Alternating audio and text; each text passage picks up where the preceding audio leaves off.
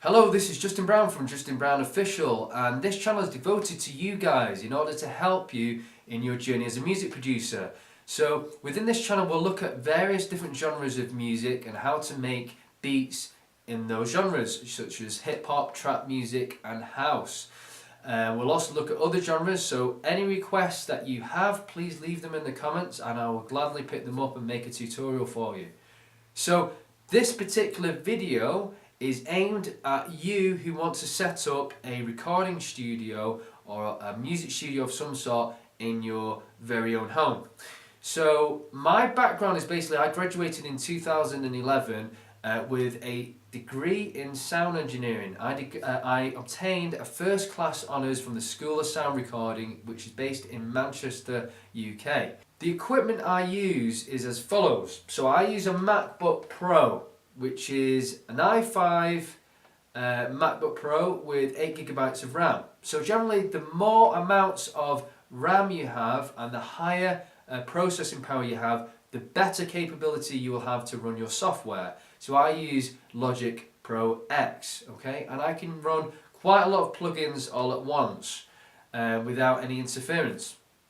So that's the very first thing you'll need is a laptop of some sort. From your MacBook, or your laptop I should say, you'll need a USB cable going through to an audio interface. So the very next thing you'll need is an audio interface. And what this actually does, it projects the sound from your laptop to go through to your studio monitors, okay? So it's a preamp system, so you can control the volume from there.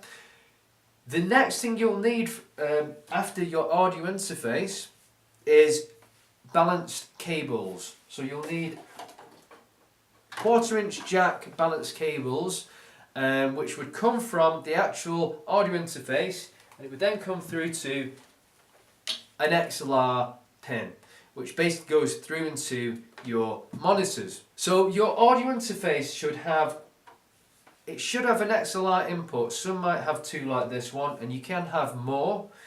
As long as you've got phantom power capability, so you've got like 48 volts, which is outputted through to your microphone, you'll be able to record through a condenser microphone. This has also got two jack inputs, and that's for things like such as a guitar, electric guitar, or a bass. I'll go into depth into this in another lesson. So the studio monitors which I use are basically Yamaha HS80ms. These have 7.5" cones and also a 1/2" tweeter.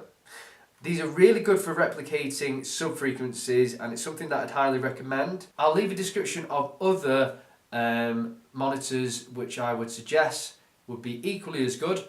If you do like this particular monitor, I recommend the Yamaha HS7s, which you've just released, which are virtually identical to this particular monitor. So the recording aspect of your studio will require you to have a condenser microphone. So this is a large condenser microphone which is very suitable for recording vocals. So if you want to record vocals, you will definitely need a large diaphragm condenser microphone. So this is a Sontronics STC-2.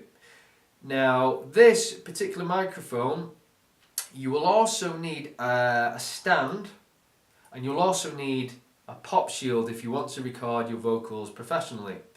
So the stand will basically attach to this, and you can set the various height. The pop shield is to protect the microphone from overloading. So that will protect the microphone from hard consonants such as P's, T's and S's. So as the singer's singing into the microphone and is, basically singing the words beginning with P, T or S, that will protect the microphone from overloading. And the next thing you'll need is a vocal shield which will go around the back of the actual microphone. So I'll put a picture of the vocal shield up here, and I'll put a picture of the pop shield up here for you. Now the vocal shield will help you capture the best sound from the singer. You'll have less interference with the room modes inside your environment.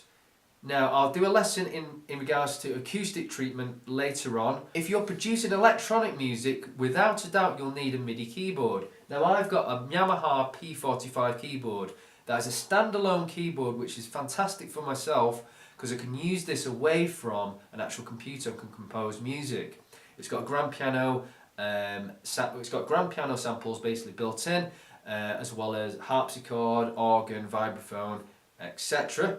I can also plug it into my laptop via USB cable and use it as a MIDI keyboard.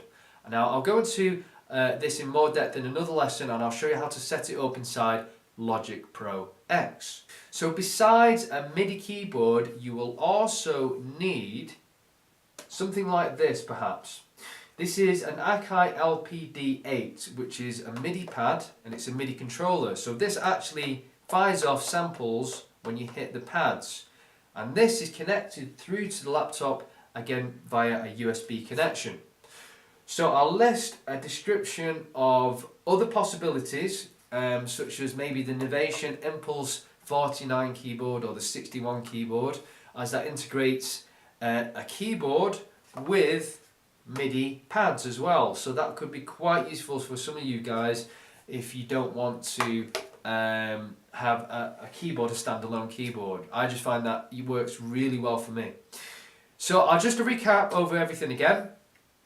You'll need a laptop, you'll need an audio interface, you'll need balanced cables ×2, you'll need a pair of studio monitors, you'll need a MIDI keyboard or a keyboard with MIDI capability, and you'll need a MIDI controller.